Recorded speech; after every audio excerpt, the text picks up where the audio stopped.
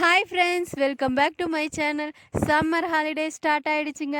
நாங்களும் summer vacation கிளம்பிட்டோம். எங்கள் சொந்த ஊரான சேலம்க்கு தாங்க நாங்கள் போகிறோம். பெங்களூரில் 5 o'clock எங்கள் ஜேர்னி ஸ்டார்ட் ஆச்சுங்க. சேட்டலைட் பஸ் ஸ்டாண்டு போய் சேரும்போது 6 o'clock ஆகிடுச்சி.